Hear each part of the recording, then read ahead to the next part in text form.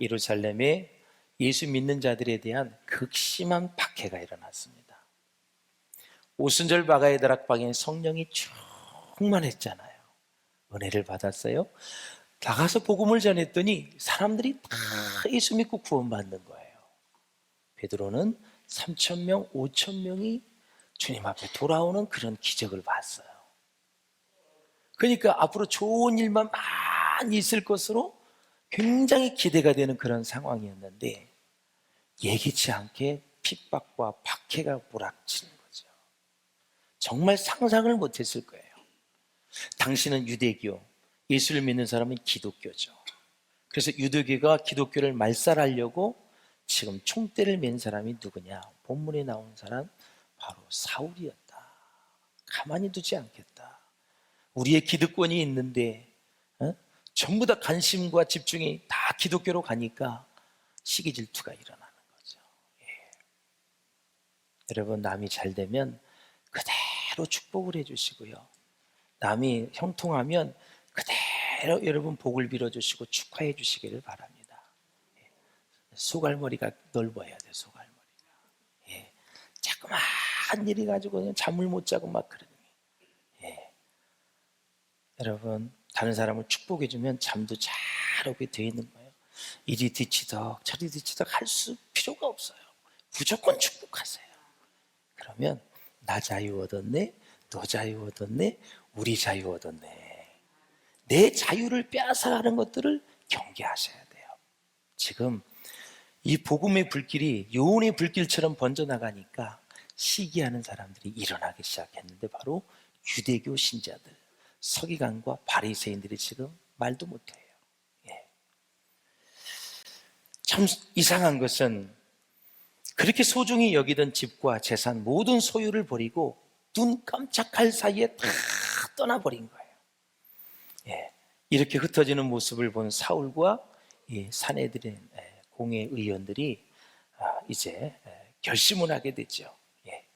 기독교가 이제는 몰락했다. 다 도망갔으니까 다 끝난 줄 알았는데 아니 시간이 지나서 보니까 이쪽 저쪽 지역에서 다 교회가 세워지는 거예요. 피해가지고 재산도 버리고 다 완전히 거짓 신세가 되어서 완전히 쫄딱 망했다고 생각을 했는데 세상에 들려오는 소리가 막 교회가 세워지고 부흥하고 예루살렘에 있었던 모습과 똑같이 일어난다는 거야. 얼마나 긴장이 되겠어요. 이 소식을 들은 사울이 가만히 있겠어요. 그래서 산헤드린 공회에 찾아가가지고 공문을 받지요. 잡아올 권한, 거절하면 죽일 권한, 이 두 가지 목적을 가지고 공문을 받습니다. 스데반을 박해하고 스데반을 죽였을 때 주동자였던 사울 어떻게 되었는가? 이제 9장에 보면은 기적과 같은 일이 일어나죠. 자, 거스리가 쓴 사도들이라는 책이 있는데요. 이 책에 보면 가장 회심할 가능성이 적었을 인물로 바로 사울을 지명합니다. 저 인간은 죽었다 깨어나도 변하지 않을 사람이다. 사람들이 그렇게 생각을 한 거예요. 세상 천지 모든 사람 다 변해도 사울만큼은 변할 수 없다. 얼마나 악독했으면 그랬겠어요. 우리 주위에도 있잖아요. 아이고 찔러서 피 한 방울 안 나올 놈이야. 저놈은 변하지 않을 사람이야. 자아가 강한 사람. 한번 뜻을 정하면 앞뒤 안 보는 사람. 이런 사람들. 사실 사울은 초대교회 핍박 당시에 교회의 가장 강력한 적입니다. 예수 믿는 사람을 핍박한 것은 예수 믿는 사람들을 구원하시고 인도하시는 예수님을 핍박한 것과 같다고 성경은 얘기하고 있습니다. 그러니까 예수님 믿는 사람들을 핍박을 했기 때문에 예수님을 핍박한 것입니다. 예수님 가만히 있으시겠어요? 여러분, 세상에서 환난을 당하지만 염려하지 마십시오. 하나님을 믿는 자들은 하나님이 지켜주십니다. 여러분을 대적하는 자, 여러분을 대적하는 게 아니에요. 우리가 믿는 하나님을 대적하는 자. 담대하세요. 예. 냉수 한 그릇이라도 내 이름으로 대접을 하면 하늘에서 상을 잃지 않겠다 그랬어요. 반대로 우리를 대적하면 하나님이 대신하여 싸워주시겠다라는 거죠.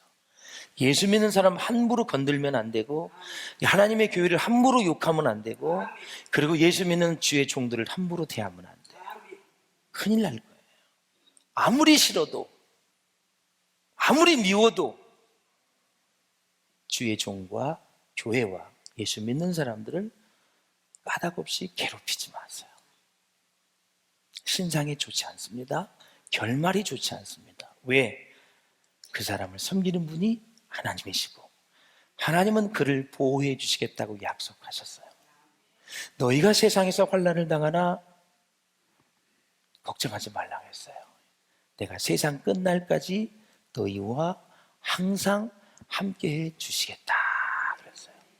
하나님이 함께 하시는데 누가 당할 자가 있겠어요? 누가 우리를 넘어뜨릴 수가 있겠어요? 절대. 두려워 말라, 내가 너와 함께 합니다 그랬어요. 하나님이 함께 하시는 것이 임마누엘이 최고의 축복이다라는 거죠. 이렇게 전혀 변화되지 않을 사람 사울, 그런데 하나님은 복음을 온 세계에 전하기 위해서 그릇을 준비하고 있었는데 그 인물이 바로 사울이었다. 정리를 하자면 사울은 그리스도인들을 핍박을 하려고 준비를 했지만 하나님은 사울을 새 그릇으로 만들기 위해서 변화를 준비하고 있었다. 인간의 입장에서는 상상할 수도 없는 일들이 바로 하나님 안에서는 계획되고 있었다. 하나님의 플랜은 바울을 변화시켜서 쓰시는 것이었다라는 거죠. 누가 저 사울이 변화되어져서 하나님 앞에 저렇게 위대하게 쓰임받는다고 생각을 했겠어요? 저놈 저러다가 죽을 놈이야, 그렇겠지요. 근데 하나님은 사울을 위해서 변화의 플랜을 가지고 계셨다. 이사야 말씀처럼 하나님의 생각과 나의 생각이 다릅니다. 질적인 차이가 상상할 수 없을 정도로 큽니다. 이것을 잘 이해하셔야 인생을 이해할 수 있어요. 부족한 저와 여러분을 위해서도 하나님은 우리를 쓰시기 위해서, 하나님의 나라의 존귀한 일꾼으로 만들기 위해서 나를 향한 하나님의 플랜이 있다라는 사실이죠. 사람들이 나를 부족하다 말할지라도, 사람들이 너는 안 된다 할지라도, 사람들이 나를 무시한다 할지라도 하나님은 나를 향한 하나님의 나라의 일꾼으로 쓰시기 위한 플랜이 있다라는 거죠. 사람을 그렇게 보면 얼마나 존귀하게 보이는지 이루 말할 수가 없어요. 아, 저 사람도 하나님이 쓰시기 위한 계획이 있지, 이렇게 생각이 되어지면 그렇게 예쁠 수가 없습니다. 와, 하나님이 쓰실 사람이야? 하나님의 일꾼이야? 야, 다시 봐야 되겠는데, 미워했던 마음, 시기했던 마음, 멀리하고 싶었던 마음, 상대하고 싶었지 않았던 마음이 다시 그 사람을 품는 쪽으로 변화될 수 있다라는 사실이에요. 사랑하는 성도 여러분, 한번 사도행전 9장을 한번 보시죠. 시작. 사울이 주의 제자들에 대하여 여전히 위협과 살기가 등등하여 대제사장에게 가서 다메섹 여러 회당에 가져갈 공문을 청하니, 이는 만일 그 도를 따르는 사람을 만나면 남녀를 막론하고 결박하여 예루살렘으로 잡아오려 함이라. 아멘. 살기가 등등했다라는 말은 헬라어로 엠프네온이라는 단어예요.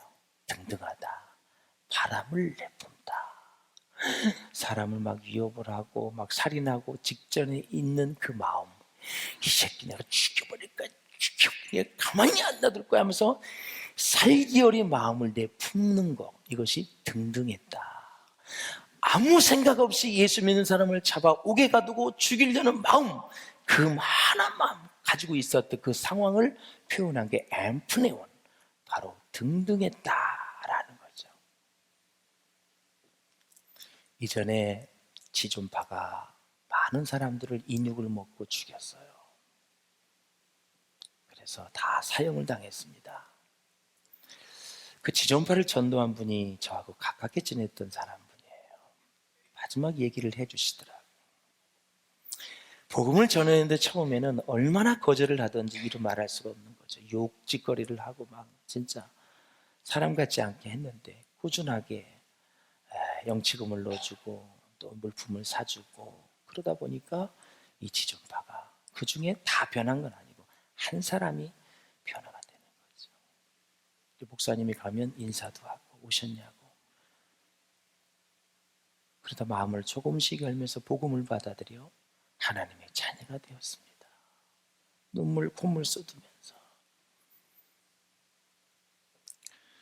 그레이 목사님이 이제 아무리 탄원을 해도 사형을 언도한 것은 바꿀 수가 없다 그러더라고요.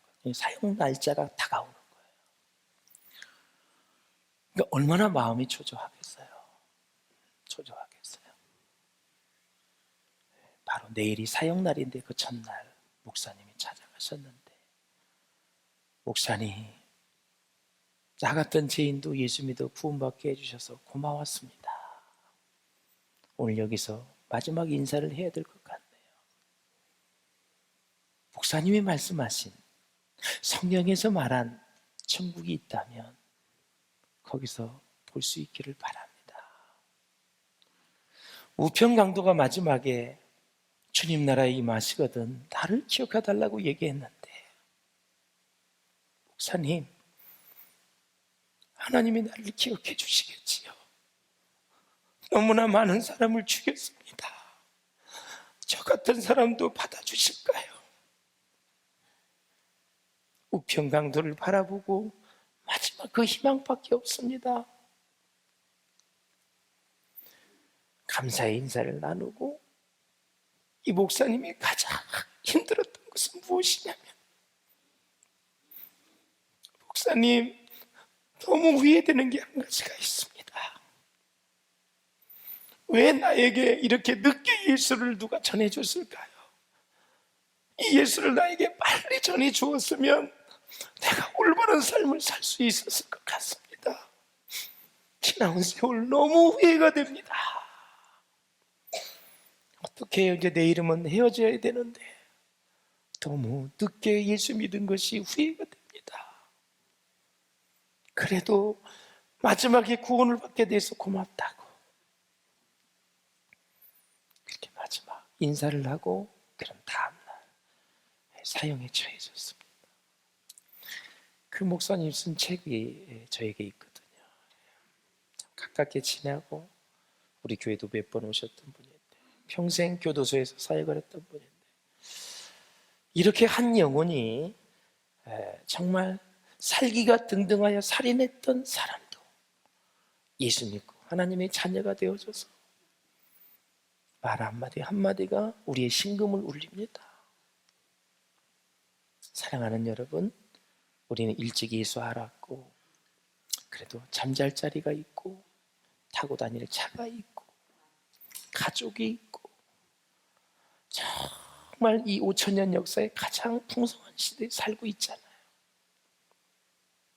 제가 한국사, 교회사, 세계사 다 공부를 해보니 대한민국이 지금보다 잘 살던 시대가 없어요. 이렇게 평안할 때가 없어요. 수없이 외침을 받고 어려움을 당하고 가난 속에서 살았던 5,000년의 역사이지만 자랑할 건 별로 없습니다. 이 항무지와 같은 이 나라에 복음이 들어왔어요. 복음을 선물로 받은 이 민족이 지금 우리가 이렇게 하나님을 경배하고 예배하고 있습니다. 부탁드립니다. 아무것도 없는 것처럼 생각하고 사십시오. 여러분들이 태어날 때 수많은 재산을 가지고 태어났나요? 빈손으로 태어나셨잖아요. 그렇죠? 빈손으로 태어나서 여기까지 여러분들이 뭔가 누릴 수 있다는 것은 하나님이 주신 거잖아요. 그리고 여러분 떠날 때는 아무것도 가지고 갈 수가 없잖아요. 이 땅에 있는 동안 하나님이 주신 것들을 복음을 위해, 하나님의 나라를 위해, 교회를 위해 그렇게 사실 수 있기를 주의 이름으로 축원합니다. 그래야 절대의 인생은 후회하지 않습니다. 죽음을 앞둔 임종 시에는 하나님 앞에 감사하며 주님의 품에 안길 것입니다. 이렇게 살기가 등등한 사울을 향한 하나님의 변화의 플랜이 있었다라는 사실에 너무너무 하나님이 좋아지는 것입니다. 이런 사람도 하나님은 관심을 가지시고 예수 믿는 사람을 얼마나 많이 죽였고 30년 동안 준비하여 본격적으로 쓰임받을 만한 인물 스데반을 죽인 인간이 바로 사울입니다. 사람이 인재가 죽으면요 국가적으로 손해예요. 버마 아웅산 폭탄 테러 사건도 얼마나 인재들이 많이 죽었습니까? 스데반도 이제 준비되어져서 하나님 앞에 사역을 멋지게 펼치는 그 상황에 바로 1년밖에 쓰임받지를 못하고 순교를 당했습니다. 그 순교의 피를 받으시고 하나님이 세계 복음화의 꿈을 이루어 가시는 모습을 보십시오. 사랑하는 여러분, 이런 사울에게도 주님은 찾아오셨다라는 사실이에요. 사람은 누구를 만났느냐에 따라 그 인생의 미래가 달라집니다. 어떤 배우자를 만났느냐에 따라 그 가정을 결정합니다. 어떤 부모를 만났느냐에 따라 그 사람의 인품과 성품을 결정하는 것입니다. 어떤 종교를 만났느냐에 따라 자신의 영혼을 결정하는 것입니다. 특별히 이 시간 여러분과 함께 소망해 봅니다. 교회를 다녀도 예수 그리스도를 인격적으로 만났느냐, 만나지 못했느냐에 따라서 그 사람의 인생의 모습이 완전히 달라지는 것입니다. 끝이 다른 것입니다. 부디 사랑하는 여러분, 우리 모두가 교회만 다니지 말고 저와 여러분이 주님 보시기에 아름다운 교회의 일을 이루어가는 복된 성도님들 다 될 수 있기를 주님의 이름으로 축원을 드립니다. 여러분, 사울의 뜻이 무엇일까요? 사울의 뜻은 구한다라는 뜻을 가지고 있어요. 구한다. 자신의 목적을 위해서는 수단과 방법을 가리지 않을 만큼 야심에 찬 사람이 바로 사울이었습니다. 그러면 사울이 바울로 변했는데 바울의 뜻은 무엇일까요? 작다라는 의미를 가지고 있어요. 모든 사람들보다 더 작은 자다. 하나님은 이런 바울을 복음을 위한 큰 그릇으로 준비해 놓으셨다라는 것입니다. 퀴즈 하겠습니다. 어떤 사람이 큰 인물입니까? 어떻게 해야 큰 인물이 됩니까? 여러분, 예수님을 진하게 만나야 큰 인물이 되는 것입니다. 예수님을 진하게 만나면 5가지가 변합니다. 성경적인 세계관을 갖고, 성경적인 가치관을 갖고, 인성과 영성과 품성, 이런 것들이 한꺼번에 종합 세트로 다 변하는 것입니다. 바울이 그랬습니다. 다메섹에 가는데 하늘로부터 호련히 햇빛이 비쳤습니다. 빛이 비쳤는데 얼마나 강했는지 땅에 엎드려졌습니다. 그래서 하늘에서 음성이 들렸는데 사울아, 사울아 부르시는 것입니다. 어찌하여 나를 박해하느냐? 주여 누구이십니까? 나는 내가 핍박하는 예수라 그랬어요. 강력한 성령의 임재에 꼬꾸라져서 주의 음성을 들었습니다. 예수님의 정체성을 확인했고 본인의 정체성이 확인되었는데 완전한 성령 충만으로 보니까 자기가 모습이 보인 것입니다. 자기의 모습이 보인 것. 얼마나 자기의 자아가 잘못되어졌고 얼마나 자기 자아가 못된 짓을 하고 있는 것을 다 보게 된 것입니다. 사랑하는 여러분, 그 작은 바울을 하나님이 귀하게 쓰신 거죠. 사랑하는 여러분, 우리 하나님은 저와 여러분을 지금 선택을 하셔서 쓰기를 원하셔서 부르신 줄로 믿습니다. 여러분. 할렐루야. 얼마나 감사한지. 하나님은 사울을 변화시키는 분이라면 나를 변화시킬 수 있는 분이다라는 거죠. 제가 성경을 보니까 우리 인성훈련, 관계훈련, 영성훈련, 성품훈련, 기도훈련, 전도훈련 이런 것들을 이 바울이 아라비아 광야에서 잘 받았을 것 같아요. 그리고 나서 3년 동안 광야 신학교를 지나고 나서 이제 본격적인 사역을 했거든요. 야곱을 봤어요. 야복 강가에서 천사와 씨름하는 동안 그의 자아가 깨졌습니다. 환도뼈가 부러졌죠. 다윗은 압살롬 아들이 쿠데타를 일으켰습니다. 왕궁에서 쫓겨났습니다. 왕궁 10명이 다 겁탈을 당했습니다. 그 사건을 계기로 인해서 다윗이 자아가 더 깨졌습니다. 그리고 위대한 인물로 한 걸음 발돋움했습니다. 아, 자식도 쿠데타를 일으킬 수 있구나. 요나를 보십시오. 불순종해서 다시스로 가는 동안 물고기 뱃속에 3일 동안 갇혀서 그는 그 자아가 철저히 깨졌습니다. 그래서 어느 신학자는 요나가 다닌 학교가 어디냐? 물고기 신학교다. 이렇게 얘기를 해요. 물고기 뱃속에서 자아가 깨졌습니다. 탕자는 아버지를 떠나 방황을 했습니다. 먹을 것이 없어서 돼지 쥐염 열매를 먹였는데 쥐염 열매도 없을 그 순간 그의 자아가 깨져 다시 돌아옵니다. 아버지께로 가야 되겠구나. 아버지는 풍성한데 내가 여기서 뭘 하고 있나? 그가 방황했던 시절을 후회하고 다시 아버지께로 돌아옵니다. 그때 깨졌습니다. 방황할 때 깨진 게 아니라, 누릴 때 깨지는 것이 아니라, 먹고 마실 때 깨지는 것이 아니라, 아무것도 먹을 것이 없는 그때의 자아가 깨졌습니다. 사랑하는 여러분, 사람은 누구나 깨지는 경험을 해야 합니다. 깨져야 할 때 깨지지 않으면 자기 자아가 그대로 남아서 자기를 괴롭히는 것입니다. 여러분, 여러분의 자아가 여러분을 괴롭히지 않기를 주의 이름으로 축원합니다. 모세는 미디안 광야에서 40년 동안 철저하게 양 목동을 하면서 부서지고 깨어졌습니다. 사랑하는 여러분, 마지막 말씀입니다. 이 세상에 살면서 누가 앞서가느냐, 누가 더 좀 많은 것을 벌었느냐, 누가 더 오래 사느냐, 이것이 중요한 것이 아닙니다.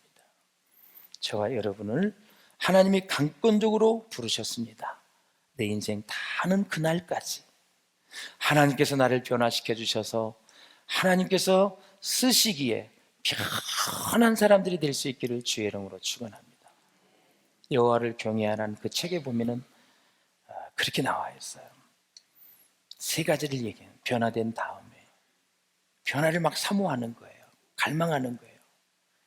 그래서 하나님, 변화되고 싶습니다. 두 번째, 새로워지고 싶습니다. 세 번째, 하나님이 쓰시기에 편한 사람이 되고 싶습니다. 여러분, 이 세 가지 목적이 꼭 주 예수 그리스도 안에서, 말씀 안에서 성령의 강력한 기름 부으심을 통해서 이루어질 수 있기를 주의 이름으로 축원합니다. 사울이 바울이 된 것처럼 여러분을 통해서 일하실 하나님, 여러분의 변화의 플랜을 가지시고 여러분의 인생을 주도적으로 이끌어 가시는, 모든 해결 문의를 가지고 우리를 이끌어 가시는 하나님 앞에 순종하셔서 주님의 뜻을 이루어가는 우리 모든 성도님들 될 수 있기를 주의 이름으로 축원합니다.